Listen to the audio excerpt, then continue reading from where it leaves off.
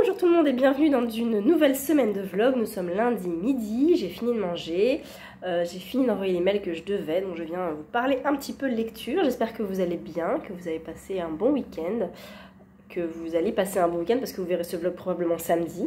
J'espère que donc ça va, que vous avez fait de bonnes lectures. On est au mois d'octobre et ça fait 1 an que je fais des vlogs. Tada! Voilà, donc ça fait 1 an. C'est cool, j'ai pas prévu de changer quoi que ce soit. Juste, voilà, je me suis rendu compte que voilà, octobre, ça faisait 1 an.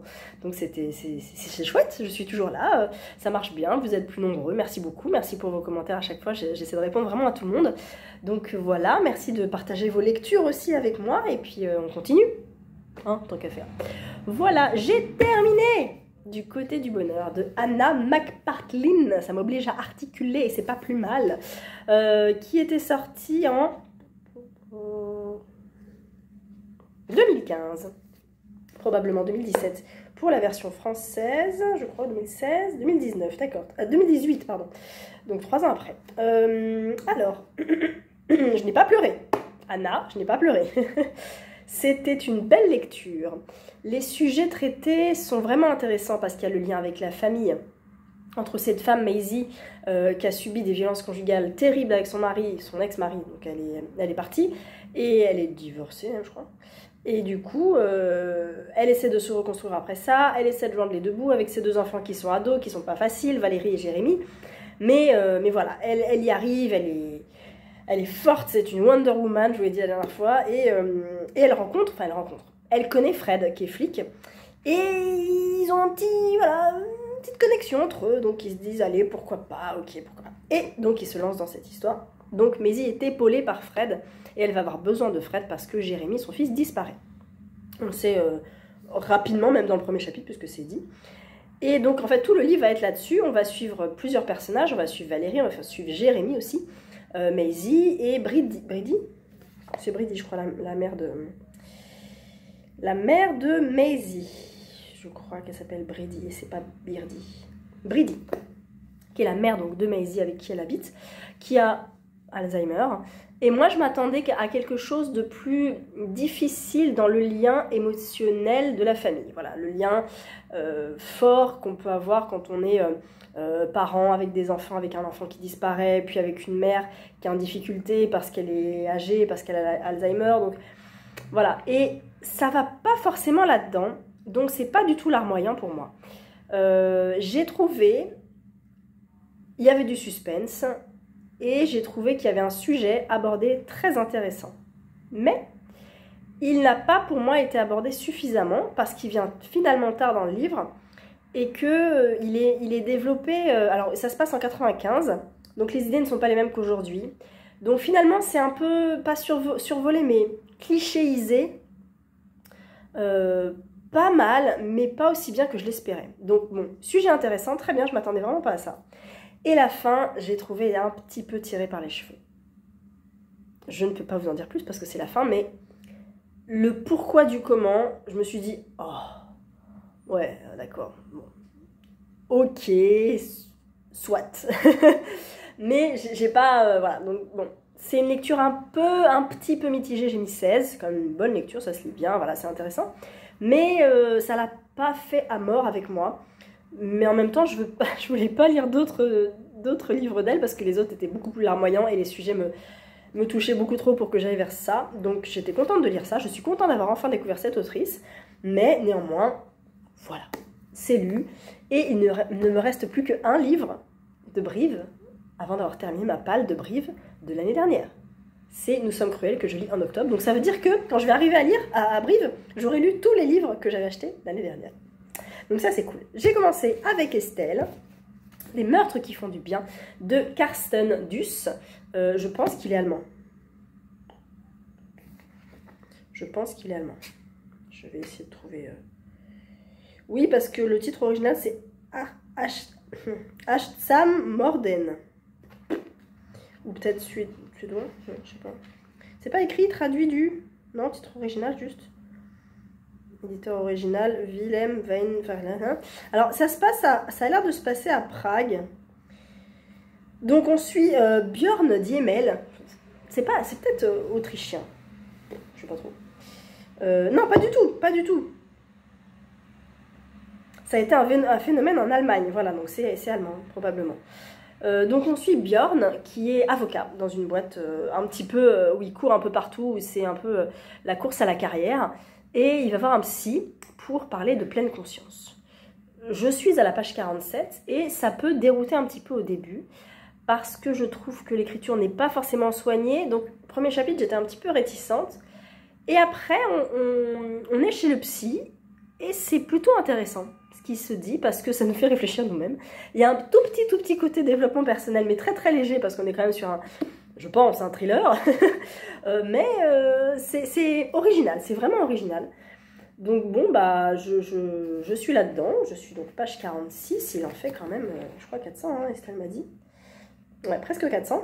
Mais les chapitres sont courts. Vous voyez, j'arrive à la fin, il y a 37 chapitres. Donc potentiellement, les chapitres sont assez courts. Donc je pense qu'il peut se lire vite. Eh bien, je vais le prendre, pas aujourd'hui parce que j'aurai pas le temps d'avancer plus, mais demain matin, parce que je vais en école. Mais je sais pas si je prends la voiture ou les transports.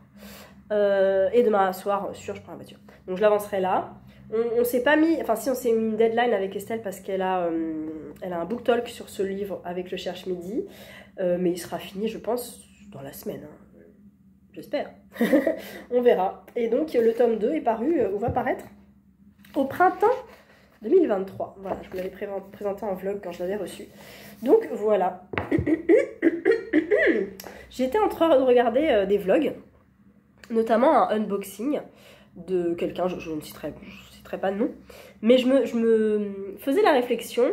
Depuis le no-buy, j'essaie de faire gaffe à mes achats, voilà, et de ne pas acheter plein. Par exemple, ce week-end, au Cozy Mystery Day, j'ai acheté que l'été meurtrier d'Oxford, le tome 1. J'aurais pu acheter plein d'autres choses, finalement. Mais c'était des choses qui n'étaient pas dans mon planning, qui n'étaient même peut-être pas dans la wishlist, et que je n'aurais peut-être jamais lu, enfin si, lu, mais pas avant des mois, en fait. Et là, l'été meurtrier d'Oxford, quand je l'ai acheté, je me suis dit, tiens, je vais me programmer à lire en novembre, en décembre. Donc ça veut dire que je me programme ça quand même, je me mets une deadline en fait à me dire je le lis là, parce que si je le programme pas, je le lirai jamais. Je sais que j'en ai 35 autres qui attendent dans ma palle, enfin 40, mais il y en a qui sont programmés, il y en a que je vois et je me dis oh là là, mais quand est-ce que je vais lire ça? Et en même temps, je pourrais refaire un no-buy, mais c'est compliqué, parce qu'il y a des choses qui sortent là en octobre, il y a des choses que je vais recevoir aussi. Et puis il y a Brive dans un mois. D'ailleurs, Brive, on attend toujours le programme des auteurs. Hein, on va regarder parce qu'apparemment c'était en ligne aujourd'hui. Je vais vous dire en direct si jamais. Il y a les auteurs. Non, rendez-vous en septembre, il y a écrit. Rendez-vous en septembre. Les mecs, on est le 3 octobre. On a des trucs à programmer, nous. Hein. Le gang veut programmer son planning de Brive. Donc, voilà. Et qu'est-ce que je disais? Que je préfère programmer les livres que j'achète progressivement. Même si les 40 autres que j'ai dans ma palle, il y en a qui sont programmés, il y en a qui ne sont pas du tout programmés, que j'ai dans ma palle depuis longtemps. Je ne sais pas quand je les lirai. Au moins les prochains, ils sont programmés. Et après, au fur et à mesure, je mets dans ma palle. Voilà, je disais que je pourrais faire un no-buy, mais j'ai pas envie de faire un no-buy. J'ai juste envie de faire attention à ce que j'achète. Et en fait, c'est différent le fait de voir mon planning, parce que j'utilise Evernote. J'ai un tableau avec une colonne service presse et une colonne achat ou cadeau. Et je suis à 15 et 25. Ça va? Le fait de les voir, de les lire comme ça, de lire les titres, n'a pas le même impact que de les voir là. Ma palle, elle est juste là. Donc, quand je les vois, par exemple, là, je vois l'Amazon verte, qui est petit, que je pourrais caler en octobre, en fait. Qu'est-ce que j'ai d'autre encore? Une gouvernante royale, c'est dommage, j'aurais dû le lire pour le décès de la reine, ça aurait été d'actualité, mais je ne sais pas du tout quand je vais le lire. Qu'est-ce que j'ai d'autre encore que je vois? Tibi la Blanche, de la rentrée littéraire, c'est un bouquin de l'Iconoclaste que je n'ai pas lu. C'est pas que je suis passée à côté, mais j'en ai lu 2 sur 3 et je me dis ouais, je le lirai plus tard. Mais en fait, quand? Parce que ça fait partie de la rentrée littéraire, donc la vague est en train un peu de passer, il va peut-être avoir des prix, des choses comme ça, et j'aurais peut-être moins envie de le lire. Donc, voilà, j'essaie de limiter un petit peu les dégâts livresques, mais il y en a plein que je vois là. Le Gérard Garouste, je m'étais dit je vais le lire avant l'expo, bah finalement je ne l'ai pas lu, je ne sais pas quand je vais le lire. Donc il faudrait vraiment que j'essaie de faire mes plannings en fonction de ceux qui sont déjà dans la palle, et en même temps, c'est ce qui arrive, puisque en octobre, tous les livres que j'ai sont déjà dans ma palle, je n'ai rien à acheter, et en novembre aussi. tous les livres que j'ai sont déjà dans ma palle, à part 2, 3 que je vais recevoir. Les 3 épouses de Blake Nelson de Katie Quinn, Dans la Dèche à Paris et à Londres de George Orwell, que j'ai demandé à 10-18, et Aux 80 de Amélie Antoine, qui va gentiment m'envoyer normalement. Donc je lui ai dit, je vais le lire quand même en novembre. Mais sinon, Nécrologie, bah, je vais l'enlever parce qu'il est en audio, donc hop, ça me fait de la place. Je le lis en audio, hop. Adopt de Arnaud Poissonnier, qui est dans ma palle depuis, je sais pas, 2 ans, un truc comme ça. Une victime idéale de Val McDermid, qui vient des Quais du Polar, que j'avais acheté au Quai du Polar. Le Passager sans visage, que j'ai reçu. Et voilà, on est à 7 livres. 7 livres, c'est pas beaucoup, hein. je peux en mettre d'autres. Même si Une victime idéale fait 572, De fièvre et de sang, de Sir Cédric, fait 565. Mais je l'ai vu en audio, donc je peux le passer en audio aussi. Donc c'est pas mal que je m'organise comme ça au niveau du planning, en fonction de ma palle, et que je restreigne vraiment les bouquins. Mais j'en reçois. Vous voyez, Le Passager sans visage, Aux 80, Dans la Dèche à Paris et à Londres, et les 3 épouses de Blake Nelson, finalement, c'est des services privés, des services presse, que j'aurais pu ne pas demander, ne pas avoir, donc faire de la place. Mais ils me tentent beaucoup. Donc je suis toujours un peu comme ça, un peu... Vous voyez. Donc j'essaie de faire au mieux. J'essaie de faire au mieux. Je pourrais faire encore mieux, mais j'essaie de faire au mieux. J'oublie pas que j'ai un concours à préparer et que je serai déjà plus tranquille en novembre. J'ai aussi... personnellement un gros chantier, on va appeler ça comme ça, à faire avant le mois de décembre, qui me prend du temps. Donc je peux pas non plus me dire, tiens, ça c'est du temps de lecture, ça c'est du temps de... Ben non, là le temps libre que je vais avoir, d'ailleurs je vais y aller, le temps libre que je vais avoir, je vais le consacrer à ce gros projet en fait, mais c'est un truc personnel, j'ai pas envie de vous en parler. Donc du coup ça va me prendre du temps. Donc j'y verrai aussi moins clair après. En fait en décembre, tout ira mieux. Entre temps j'aurai reçu 15 000 bouquins, mais voilà. Voilà. Bah, je vais m'arrêter là, hein, parce que j'ai déjà parlé à 12 minutes, donc ça fait beaucoup. Je vous reprends demain, probablement. Si c'est pas demain, c'est mercredi.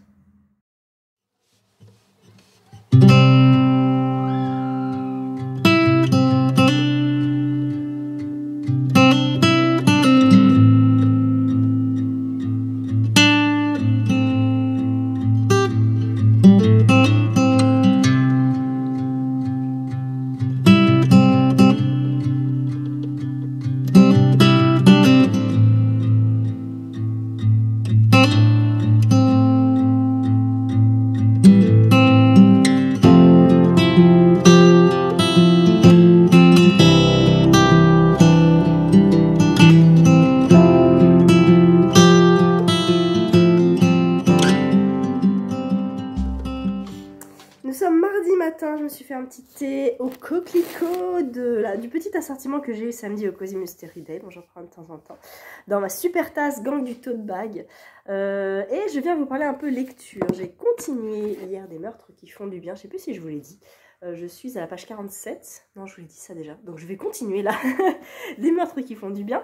Estelle avait une petite appréhension en début de lecture, elle n'était pas trop sûre de l'écriture, et puis finalement elle trouve ça assez drôle, assez décalé, donc elle passe pas mal de bon temps avec ce bouquin. Elle est page 140, elle m'a dit, donc 100 pages après moi, mais comme je prends les transports finalement ce matin, je vais pouvoir bien l'avancer, je prends aussi les transports ce soir, donc aussi bien l'avancer. Si je peux lire au moins 100 pages, enfin non, 150 pages, ça sera bien.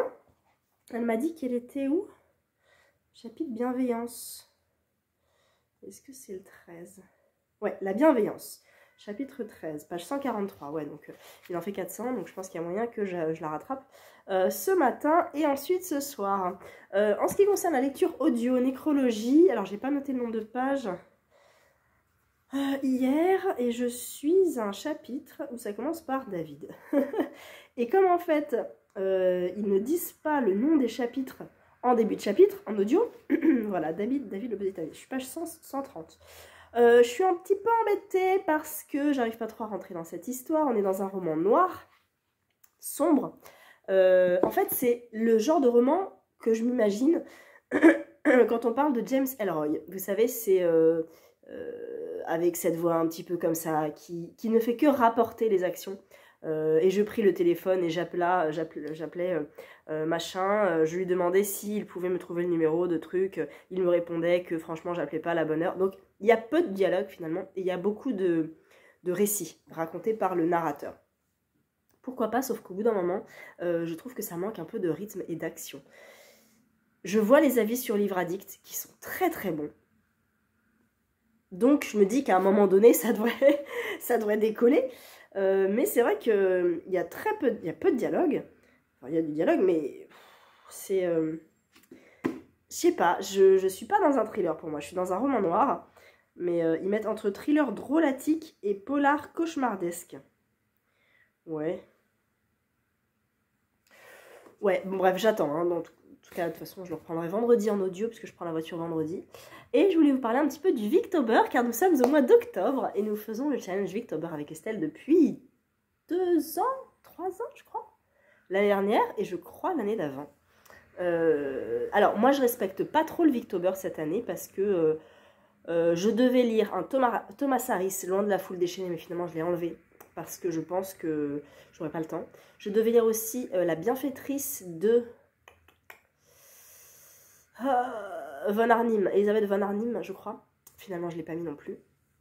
Je sais qu'Estelle a un planning Victober un peu plus chargé que moi parce qu'elle veut lire La Dame en blanc de Wilkie Collins, que j'ai déjà lu. Elle veut lire Frankenstein de Mary Shelley, que j'ai déjà lu aussi, mais elle est vraiment plus dans la période octobre, donc ça c'est top. Moi, le seul livre Victober qui rentre dans le challenge, c'est Villette, qu'on a commencé l'année dernière, enfin non, en début d'année, et qu'on n'a pas fini. Moi, je suis page 434, mais je pense, je vais mettre mon marque-page au début du chapitre, parce que ça sera beaucoup plus simple. Voilà, je suis au chapitre 26. Estelle, si tu m'entends, avec un magnifique marque-page, j'adore. Keep reading. Ça vient d'où? Poussière des toiles. Ouais, et ben j'aime beaucoup. Donc voilà, je vais enfin finir Villette. J'aime bien, hein, j'aime bien, c'est juste que je l'ai mis en pause et puis je l'ai jamais repris. Honte à moi, mais en tout cas il sera fini cette année, au mois d'octobre. J'ai mis aussi, c'est pas victorien, mais ça se passe à la période victorienne, le tome 5 des aventures de Lizzie Martin et Benjamin Ross de Anne Granger, qui s'appelle Le témoignage du pendu. Et il est court, il me paraît vachement court. Il fait 330 pages à peu près.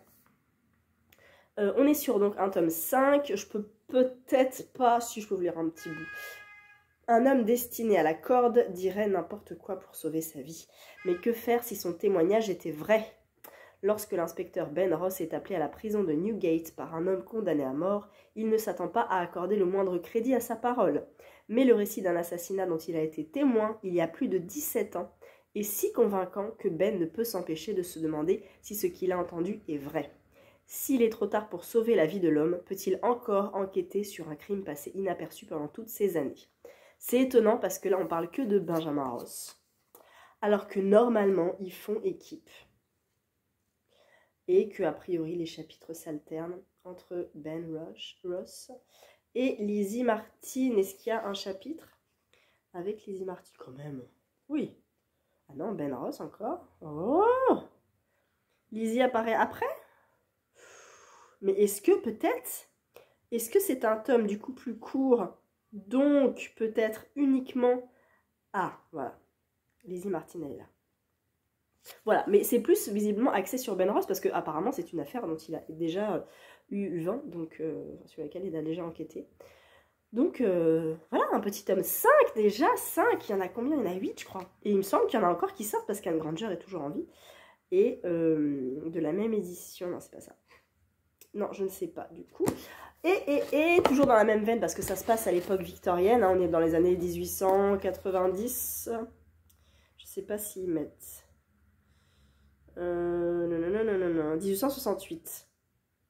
Voilà. Et j'ai mis aussi le tome 2 d'une enquête des Sœurs Brontë, Les os du diable, de Bella Ellis, avec cette couverture magnifique.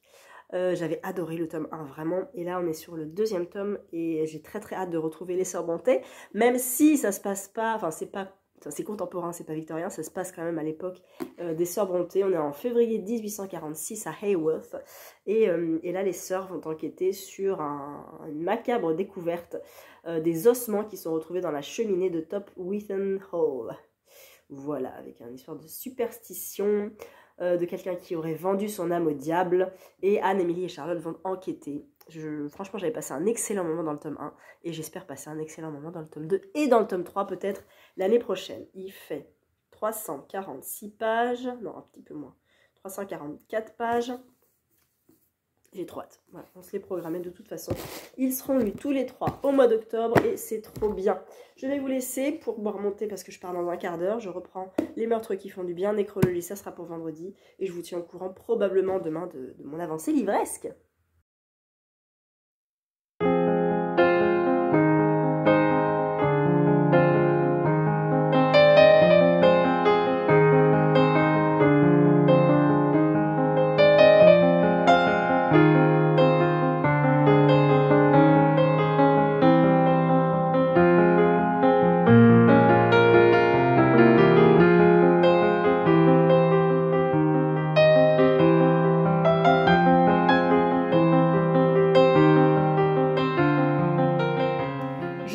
Mercredi après-midi, je rentre du boulot et j'ai dégommé, j'ai complètement dégommé les meurtres qui font du bien.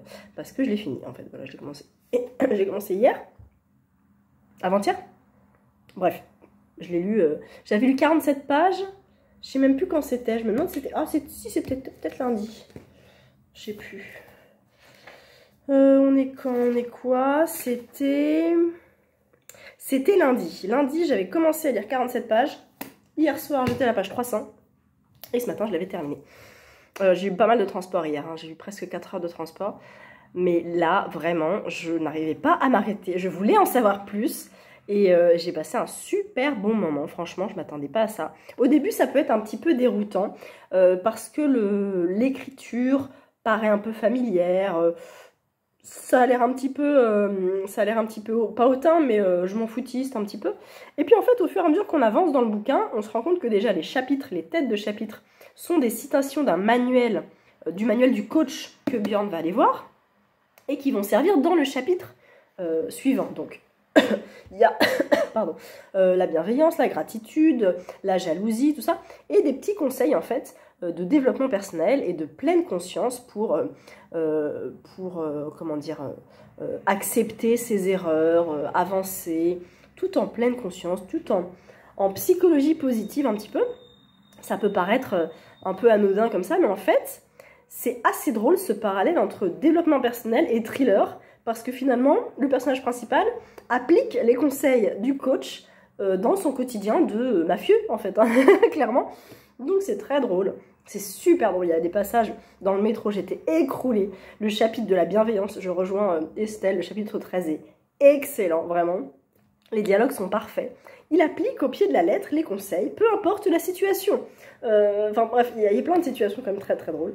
Donc voilà, il fait 400 pages, il est sorti aux éditions du Cherche Midi. Si vous cherchez un thriller décalé, avec quand même une histoire de meurtre, hein, clairement, avec un avocat qui essaie de s'en sortir, qui se met dans une mouise pas possible jusqu'au bout, mais qui, grâce au développement personnel et à sa logique et un petit peu de jugeote, et réussit à presque s'en sortir. Bref, je vous spoile pas, mais vraiment, moi j'ai passé un super bon moment. Donc n'hésitez pas, Des meurtres qui font du bien, c'est un tome 1, encore une fois, le tome 2 sort au printemps, et ça s'appelle Des meurtres pour lâcher prise. Donc voilà, c'est un auteur allemand que je ne sais pas du tout, c'est son premier roman, il est avocat. Donc il est quand même sur le terrain de son personnage principal qui est avocat. Donc voilà, foncez parce que c'était vraiment, vraiment très drôle. Ensuite, du coup, ce matin, j'ai repris une vieille copine, Villette de Charlotte Brontë. J'étais à la page 429 et là je suis à la page 455. J'ai donc un petit peu avancé, mais j'avais passé la moitié. On suit toujours Lucy Snow à Villette et chez Madame Beck, je crois. Elle était prise d'un homme qu'elle retrouve un petit peu plus tard. Et là, ça tourne un tout petit peu en rond, mais je pense que c'est parce que j'ai repris le roman, que ça faisait des mois que je ne l'avais pas repris. Mais là, ça y est, je vais le terminer. On termine avec Estelle là, pour le Victober. Donc voilà, j'ai hâte de connaître un petit peu l'évolution de ce personnage et la fin de cette histoire pour me dire « Hey, j'ai lu aussi Villette de Charlotte Brontë ». Je ne sais pas lequel de Charlotte Brontë je lirai après. Peut-être le professeur, peut-être Shirley. Je sais pas. À voir. Mais j'en ai lu pas mal. Enfin, j'en ai lu pas mal. J'ai lu les classiques. J'en ai lu un de chaque sœur. J'ai lu La recluse du manoir de Whitefell Hall de Anne Brontë. J'ai lu Jane Eyre de Charlotte Brontë. J'ai lu Léo de Hurlevent de Emily Brontë. J'ai lu Agnès Gray de Anne Brontë encore une fois. Je lis Villette. Donc quand même, j'en ai lu quelques-uns. Et finalement, il n'y en a pas tant que ça. J'aimerais beaucoup lire les poèmes d'Emily. Je sais pas s'ils sont trouvables, je pense qu'ils sont trouvables en français, mais c'est comme Emily Dickinson, il faut les lire en anglais en fait. Et je n'ai pas du tout le niveau pour lire les Brontë en anglais. Donc voilà, peut-être à trouver en français les poèmes. En tout cas, c'est pas mal, mais voilà, j'attends que ça décolle un petit peu plus quand même. Et je ne sais pas s'il va y avoir plus d'action que ça. C'est un peu contemplatif, Lucie réfléchit beaucoup, elle se remet beaucoup en question, elle remet beaucoup les autres en question. Elle a des réflexions intéressantes sur son comportement vis-à-vis des autres, sur le comportement des autres aussi, vis-à-vis soit d'autres personnes, soit d'elle. Des fois, elle s'éprend un petit peu en disant « Dis donc, je suis pas d'accord avec elle, nanana, elle devrait plutôt être comme ça, plutôt... » Donc bon, c'est plutôt un peu contemplatif, pas désagréable, très bien écrit, donc je passe un bon moment. Mais j'ai quand même hâte de le finir parce que ça fait plusieurs mois, je me demande si je vais pas commencer en mars, que je l'ai commencé. Donc il serait peut-être temps de le terminer. Voilà. Et ensuite, qu'est-ce que j'avais à vous dire? Alors, nous fêtons, c'est pas une fête, l'anniversaire de la mort de Zola depuis le 29 septembre. Donc on est le 5 octobre. Et il y a plein de choses qui sortent sur Zola. Voilà. Donc j'avais en tête d'acheter le 1, le magazine Le 1, aujourd'hui parce qu'il sort mercredi sur Zola. Je vais me le procurer, probablement demain. Mais là, je l'ai vu en point relais. Je cherchais et je vois ça, Zola. Oh, un numéro entièrement consacré à Zola. Il y a un dossier de je sais pas combien de pages. Ça commence où? Ça commence là. 17. Ouais, 50, 60 pages. 60 pages. Plus 65 pages. Voilà, quand même. Hein. Sur un magazine de 100 pages. C'est quand même pas mal. En sachant que vous avez plusieurs thèmes. Vous avez le thème de la religion, le thème des grands magasins, le demi-monde, les travaux d'Haussmann, le roman du peuple, la lutte des gras contre les maigres, Thérèse Raquin, le processus de fabrication de l'œuvre. Oh, plein de trucs, plein de trucs, plein de trucs. Et des caricatures, l'affaire Dreyfus, bien sûr. Et est-ce que je vais le trouver? Zola intime aussi. Zola en lien avec la peinture. Et voilà. L'arbre généalogique des Rougon-Macquart, qu'on trouve forcément partout sur internet. Mais là, on le voit un peu mieux, en fait. Sur version papier, c'est quand même pas mal. Moi, j'ai lu La bête humaine. Et on était avec Étienne Lantier, qui nous dit qu'il est né en 1846. Élection de la mère. Élection de la mère. Ressemblance physique de la mère puis du père. Hérédité de l'ivrognerie se tournant je peux pas vous spoiler. État de... Voilà. Et donc, il avait quand même cet arbre, il a été fait le 6 janvier, il a été terminé le 6 janvier 1878. Pour, pour le début des Rougon-Macquart. Pas du tout. Dessiné par Régamet au lecteur du bien public, où une page d'amour apparaît en feuilleton. Ah oui, donc ça fait un petit moment que c'est commencé en fait. D'accord.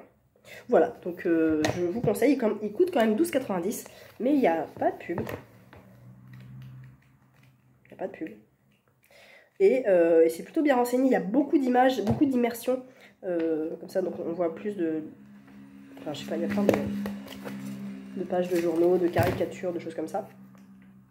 Et c'est assez immersif, donc voilà, j'étais bien contente de tomber dessus. Voilà, et je vais quand même me procurer le 1 des libraires sur Zola, du coup. Je verrai un petit peu ce qu'ils ont fait. Je m'étouffe. Concernant Brive, ça y est, la liste des auteurs est apparue. Néanmoins, je pense que cette liste n'est pas définitive parce qu'il n'y a pas énormément de gros noms pour l'instant, je trouve. Ils ont annoncé les invités de François Bunel, le président, notamment Cécile Coulon. Cécile Coulon n'est pas dans la liste des auteurs. Donc je pense qu'ils ne sont pas encore très à jour. Du coup, je ne l'ai pas noté. Du coup, je vais la noter. Parce que je me ferais bien dédicacer le dernier. Et j'achèterais bien Une bête au paradis encore. J'ai noté Philippe Besson parce que j'ai adoré Paris-Briançon. Je veux l'acheter en grand format, mais il est déjà lu, donc ça ne fera pas plus 1 dans la palle. J'ai noté Sandrine Colette avec un point d'interrogation. Pourquoi pas prendre son dernier? J'ai noté Delphine de Vigan parce que je veux faire dédicacer Les enfants sont rois, que j'ai adoré. Claire Favant, que je vais lire là bientôt. Je vais faire dédicacer le dernier. Douglas Kennedy, parce que j'ai très envie de le rencontrer pour parler des hommes qui ont peur de la lumière. Lola Lafont, parce que je pense qu'enfin je vais craquer pour son dernier. J'ai mis Gilles Marchand aussi. Gilles Marchand, si vous ne le connaissez pas, c'est celui qui a fait un funambule sur le sable. J'ai l'impression que vous entendez le ventilateur de mon ordinateur. Donc je vais le mettre en veille, histoire que ça s'arrête. Gilles Marchand, il avait écrit un funambule sur le sable. C'était l'histoire d'un petit garçon qui avait un violon dans la tête. Ça me fait penser un petit peu au côté poétique de Mathias Malzieu. Il avait écrit aussi Des mirages plein les poches, qui est un recueil de nouvelles qui était très très beau. Il manie les mots comme, ouais, il y a un petit côté Mathias Malzieu. Et là, il a sorti Le Soldat désaccordé, qui a l'air très intéressant aussi, à voir si je lui prends. Mais peut-être juste pour lui faire un coucou. Michel Moati, qui a écrit Retour à Whitechapel sur Jack l'Éventreur. Ça fait des années que j'ai envie de lire ce bouquin. Et enfin, Michel Moati est en salon, donc je pense que je vais craquer. J'ai mis Amélie Nothomb, parce que j'aime bien Amélie Nothomb, même si j'ai pas envie de lire ces deux derniers.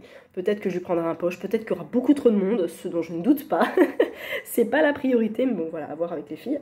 J'ai mis Cécile Pivot, parce qu'elle a sorti un bouquin récemment, et que j'aimerais bien lui faire dédicacer lire. Et je suis en train de me dire que c'est pas possible, parce que c'est le grand format que j'ai, je vais pas me le trimballer dans la valise. C'est un grand comme ça illustré.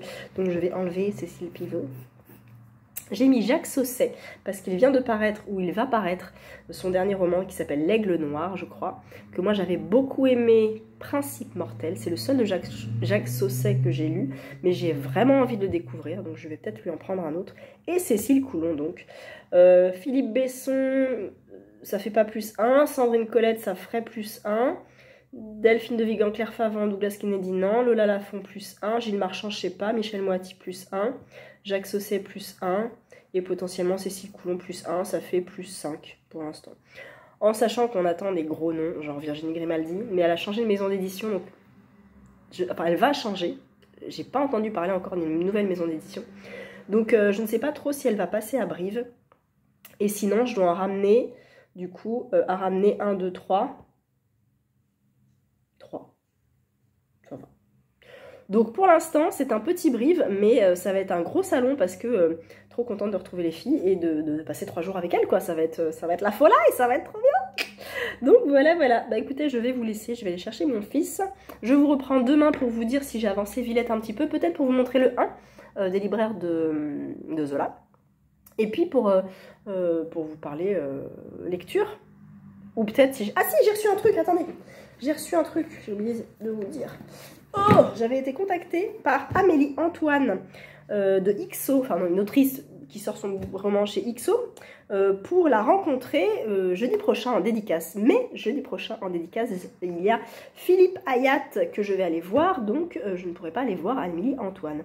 Donc elle m'a proposé son roman, que j'ai accepté, qui s'appelle Aux 4 vents et qui sort le 13 octobre. C'est un beau pavé de 434 pages, mais les chapitres sont très courts, il y en a 65 de ce que je vois. Non, 62, pardon. Mais ça va en tout cas. Donc voilà, là on est dans un roman différent de ce qu'elle avait l'habitude de faire, parce que Amélie Antoine, c'est... j'ai Seul le silence, mais c'est pas ça, c'est peut-être Les silences. Raison obscure, qui était vraiment des thrillers psychologiques assez durs. Et là, depuis peut-être 2 ans, je crois, elle sort des romans un peu plus contemporains. Je vais pas dire un peu plus touchants, parce que probablement ce qu'elle écrivait avant était déjà touchant, mais un peu plus contemporain, en fait. Il y a plus de thriller, je crois pas. Donc là, on est en 85, à Sabran-sur-la-Lys, un paisible petit village du nord de la France, où tout le monde se connaît depuis toujours. Un petit village où tout se sait, et où surtout rien ne s'oublie. Après avoir fait l'acquisition du château, un mystérieux personnage achète maison sur maison. De lui, on ne connaît que le nom, Clément de Clerc. Un matin, des villageois découvrent avec effroi que les portes et les fenêtres de toutes ces demeures ont été retirées. Les habitations sont ouvertes aux 4 vents, abandonnées, défigurées. Bouleversée, une jeune femme, Léa, décide de tout faire pour sauver le village de son enfance. Il lui faudra alors fouiller dans les mémoires jusqu'à plonger au cœur d'un passé qu'aucun habitant n'a envie de revivre. Et apparemment, il y a un petit saut pendant la Seconde Guerre mondiale. Donc ça m'intéresse bien. Voilà, aux 80 ans, l'histoire fascinante d'un homme qui, sans même en avoir conscience, se lance dans une quête éperdue d'identité. Car qui est-on quand on ignore d'où l'on vient? Voilà, trop bien. Donc je me suis programmée en novembre. Si j'arrive à le lire avant, ça serait cool. Si elle est à Brive et que j'arrive à le lire avant qu'elle aille à Brive, ça serait trop cool. Mais il est quand même écrit, je vais pas dire gros, mais de haut en bas. Je sais pas si vous voyez. La page est quand même bien remplie en fait. Donc à voir. C'est quand même une lecture assez importante. Et l'histoire de ce livre, elle nous en parle dans le communiqué de presse. Par rapport à un dessinateur, vous connaissez peut-être Jacques Koch, ou Koch, K-O-C-H, qui avait fait deux bouquins, qui avait fait L'enfance c'est, l'amour c'est, et en fait il avait illustré des paroles d'auteurs qui avaient décrit l'enfance. L'enfance c'est ça, l'amour c'est ça. Et maintenant il publie un nouveau livre qui s'appelle La Terre c'est, je crois. Peut-être qu'il n'est pas encore sorti, peut-être qu'il est déjà sorti, je ne sais plus. Mais voilà, Jacques Koch, ou Koch, donc elle parle avec lui, et en fait, Jacques parle d'un homme qui décide de racheter des maisons au sein d'un village, et d'en retirer toutes les portes et les fenêtres, transformant ainsi peu à peu le village de carte postale en village fantôme, où tout le monde se méfie de tout le monde. Donc c'est parti de cette idée-là, je trouve ça assez intéressant. Et voilà, donc j'ai très hâte de découvrir cette histoire. Voilà, c'est tout ce que j'avais à vous dire aujourd'hui. Donc je m'arrête là et je vous reprends demain, a priori.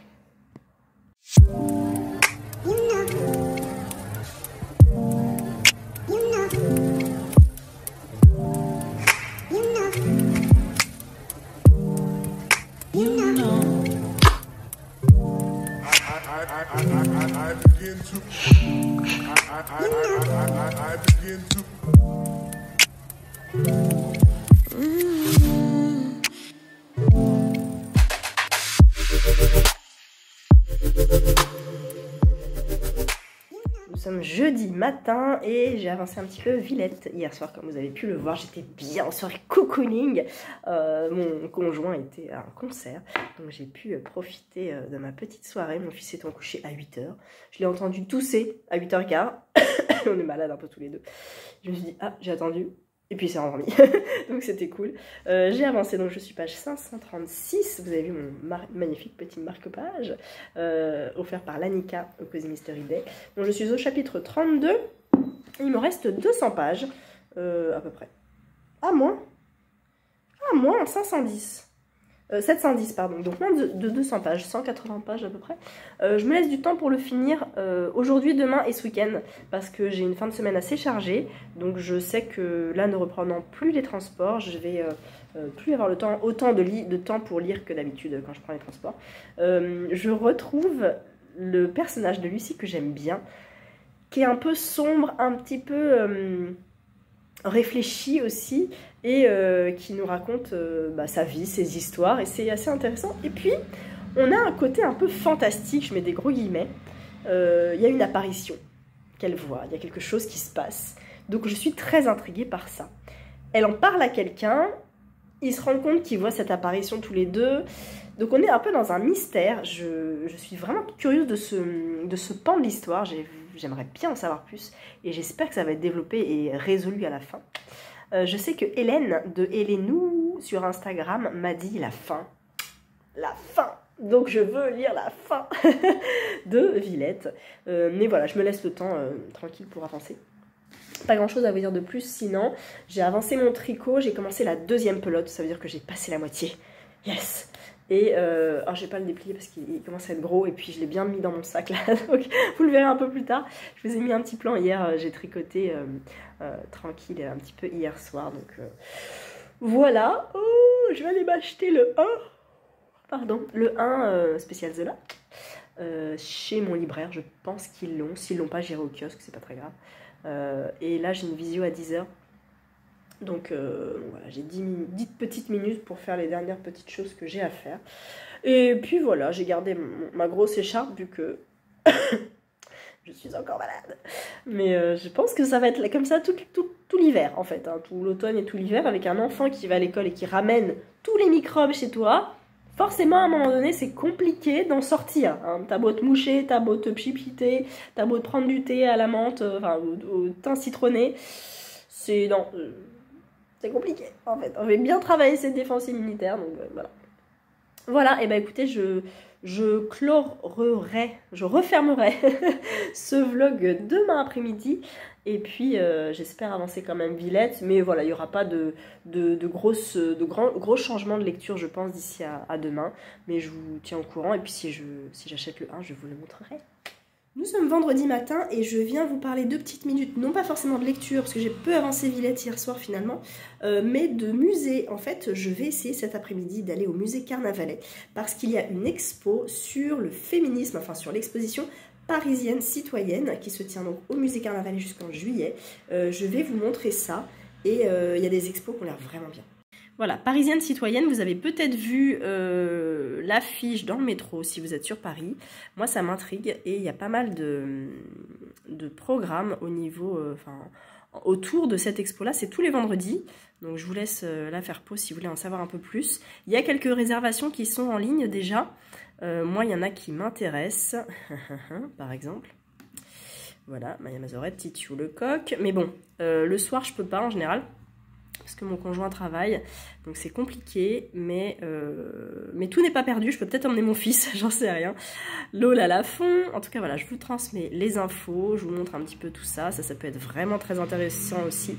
Elle a écrit Le corps des femmes, que j'ai d'ailleurs dans ma palle à lire pour Mars au féminin. Georgette Sand, c'est eux qui ont fait Ni vu ni connu, le petit livre de chez Pocket, qui est très très intéressant. Musée et matrimoine, qui a l'air super aussi. Nuit de la lecture, ça je prends en compte parce que c'est le week-end du 20 janvier, la nuit de la lecture, et colloque sur l'histoire du féminisme. Donc voilà, il y a vraiment beaucoup de choses. Je vous laisse les infos là, et cette expo, c'est celle-ci. Voilà, Parisienne citoyenne, vous l'avez peut-être vu passer. Et ça coûte 11 €, 9 € pour les tarifs réduits, fermé les lundis. D'habitude, le musée est fermé le mardi, enfin les musées sont fermés le mardi. Donc j'irai bien là cet après-midi, si jamais j'y vais, bien sûr j'essaie de vous faire des images, mais ça a l'air d'être une expo vraiment super intéressante sur l'émancipation des femmes entre 1789 et 2000, donc il y a quand même de quoi faire. Donc voilà, vu que je posterai ce vlog là ce soir, c'est jusqu'au 29 janvier, donc vous avez largement le temps de recueillir les informations. Pour l'heure, je vais aller bosser, enfin c'est pas vraiment bosser, je vais dans mon lieu de travail et j'ai quelques petites choses à faire, j'ai rendez-vous en école aussi. Et donc cet après-midi, je vais essayer d'aller au musée Carnavalet. Je vais avancer mon livre audio ce matin vu que je prends la voiture. Et je vais avancer du coup Villette cet après-midi vu que je prends les transports. Je vous emmène avec moi dès que possible. Si jamais je change d'avis, au moins vous avez les infos sur le musée Carnavalet. Et si j'y vais pas aujourd'hui, j'irai bientôt, je pense. Nous sommes vendredi après-midi, je suis au soleil. Pour une fois, c'est moi, Estelle, tu vois, qui filme au soleil. On en profite un petit peu. En vrai, il fait pas très chaud, hein. Déconner, on est en octobre. Mais j'en profite un petit peu, ça fait du bien en fait. Et puis je vais rester là cet après-midi finalement. Je vais pas bouger, donc je vais refermer le vlog là. Je vais discuter un petit peu avec vous quand même. Je reste là parce que j'ai des trucs à faire à la maison, j'ai du tri à faire, du rangement, des machines, des mails, des trucs, plein de trucs en fait. Donc pourquoi se lancer dans une expo féministe qui m'intéresse beaucoup et qui est là finalement jusqu'au mois de janvier, donc que je pourrais aller faire prochainement. Voilà, c'est trop bien d'être au soleil comme ça. Je vous envoie plein de soleil. Je vais rentrer et puis je vais vous parler lecture. 2 lectures en cours. Ma lecture audio qui est Nécrologie de Paul Clive, je suis à la page 200, donc presque à la moitié. Lecture audio avec un personnage, enfin un narrateur plutôt avec une voix grave, donc j'aime bien, franchement j'aime bien le ton. Je vous remets le résumé, je sais même pas si je vous l'avais mis. Voilà. C'est particulier. J'ai mis un peu de temps à rentrer dedans parce qu'on est vraiment sur du psychologique, thriller très psychologique, avec peu de dialogue et beaucoup de propos rapportés par le narrateur. Donc ça m'a un petit peu dérangé au début, j'ai eu un peu de mal à rentrer dedans. C'est très sombre, très sombre, c'est terrible ce qui se passe. Et c'est des corps qui sont retrouvés dans des cercueils, mais c'est pas leur cercueil de base, donc c'est déjà un peu glauque. Théodore Tate enquête, sauf que Théodore est un ancien flic reconverti en détective privé. Donc il est plus trop pote avec les flics et il veut même que les flics arrêtent d'enquêter en fait sur des enquêtes qui ne sont pas les siennes. Donc il se fait un petit peu malmené par la police. Et à côté de ça, on découvre son histoire à lui, parce qu'il a perdu sa fille et que sa femme n'est pas en très bon état. Donc voilà, il est un peu torturé, il est très torturé même carrément. Et ça va jouer pas mal dans l'histoire. C'est intéressant, mais c'est quand même super sombre. Donc je pense que après ça, j'aurais besoin d'un truc un peu plus léger. Parce que clairement, waouh, faut être un peu accroché quand même. Donc ça, c'est ma lecture audio. Et autre lecture, le 1 que j'ai acheté finalement hier. C'est hors série, il coûte 7,90 € et il est très très grand. Je vais vous montrer ça. Je l'ai montré en story sur Instagram et je vous le déplie là, comme ça vous donne une idée. Le 1, c'est donc un journal qui paraît toutes les semaines, donc ça c'est un hors série. Avec Tatiana de René qui parle de l'exil de Zola en Angleterre. Alors je savais qu'il était parti en Angleterre et du coup j'en suis là, j'ai commencé simplement. C'est très intéressant, j'avoue. Alors Tatiana de René, c'est pas l'autrice vers laquelle je retourne facilement, mais j'aime bien ce dont elle parle, donc c'est très intéressant. Ensuite nous avons une partie BD avec la vie de Zola. Et puis une sorte d'amour et de justice, 3 mots, une espérance. Bon, je n'ai pas regardé plus que ça. Ensuite, attendez parce que c'est pas fini, nous avons les 1000 Zola, les 1000 vies de Zola. Très très grand comme ça. Et tenez-vous bien, est-ce que vous êtes prêts? Je pense que vous n'êtes pas prêts. Moi j'étais pas prête. Franchement quand j'ai vu ça, j'ai fait non. Et là, avis aux profs d'histoire et de français. Alors, la une de l'Aurore, j'accuse, mais vous avez vu, il est plus grand que moi le truc. Je fais 1m60, hein. Il m'arrive là. Donc, pardon. Voilà, hein. C'est trop bien. Alors, je pense que c'est pas l'article complet, parce que quand j'étais allée au musée Dreyfus, le monsieur du musée avait dit que c'était la première fois qu'il y avait un article, enfin qu'un auteur, c'était le premier article de 8 colonnes. Et là, il y a 6 colonnes, donc je pense qu'il n'y a pas tout. C'est là, c'est ça. Là, il y a 6 colonnes. Et en tout cas, c'est la une. Pardon, je suis là. C'est la une de l'Aurore. Donc voilà, franchement, avis aux profs d'histoire et aux profs de français qui me regardent. Je pense que ça, dans votre classe, ça peut être super chouette à afficher. Le J'accuse de Zola peut être très très très classe. Voilà, je vous reprends ici. Donc voilà, le programme de l'après-midi, ça va être finalement peu de lecture. Genre, en fait, je vais évacuer tout rapidement et je vais peut-être dormir aussi. Et puis quand j'aurai fait tout ce que j'ai à faire, peut-être qu'il me restera un petit peu de temps pour Villette. Je suis arrivée à la page 560. Donc il m'en reste ça. Ça va en sachant que je le lis aujourd'hui et ce week-end encore. Donc ça va, j'ai le temps concrètement. Et lundi, j'attaque. Alors, il faut voir avec Estelle si j'attaque Claire Favant ou autre chose. On verra. Mais en tout cas, voilà, j'attaque autre chose lundi. Voilà, je vais me moucher un petit peu, peut-être me faire une tisane aussi. Et puis, j'essaye de rapidement faire tout ce que j'ai à faire. Il est 14 h. J'ai 2 heures pour faire tout ce que j'ai à faire. En sachant que je voudrais dormir un petit peu quand même.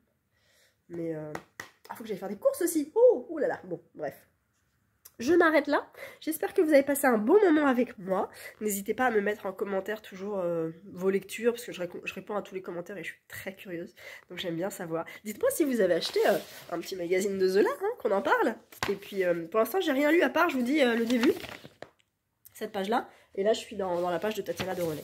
Donc voilà, je vais savourer ça tranquillement. Il faudrait que je me fasse un jour magazine, parce que je suis abonnée à la déferlante, donc je reçois la déferlante que je survole, je lis un article ou deux qui m'intéresse tout de suite, et puis le reste est refermé ensuite dans ma bibliothèque.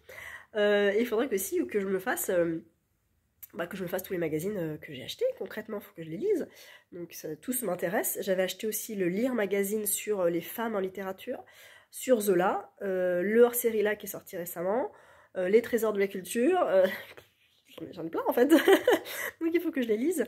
Et puis je me fais aussi, mais ça je vous en reparlerai en janvier, je vais garder l'idée que je m'étais faite l'année dernière, de faire la première semaine de janvier en graphique. Voilà, que des graphiques pendant une semaine, comme ça, j'évacue tous les graphiques que j'ai, j'en ai pas mal. Et notamment je pense à Seul le silence que j'ai eu grâce aux copines à mon anniversaire. J'ai le Orwell aussi, la biographie d'Orwell en BD, et les 2 tomes de Dans la tête de Sherlock aussi. Donc ces 4-là, franchement, si je peux les lire en janvier, ça serait le pied ultime. Et puis des petits mangas, parce que j'ai toujours des mangas à lire. Voilà, je vous souhaite de bonnes lectures, une belle semaine, un bon week-end, une bonne journée, une bonne nuit, une bonne soirée, tout ce que vous voulez. Ça dépend de quand vous regardez cette vidéo. Et puis je vous retrouve bientôt.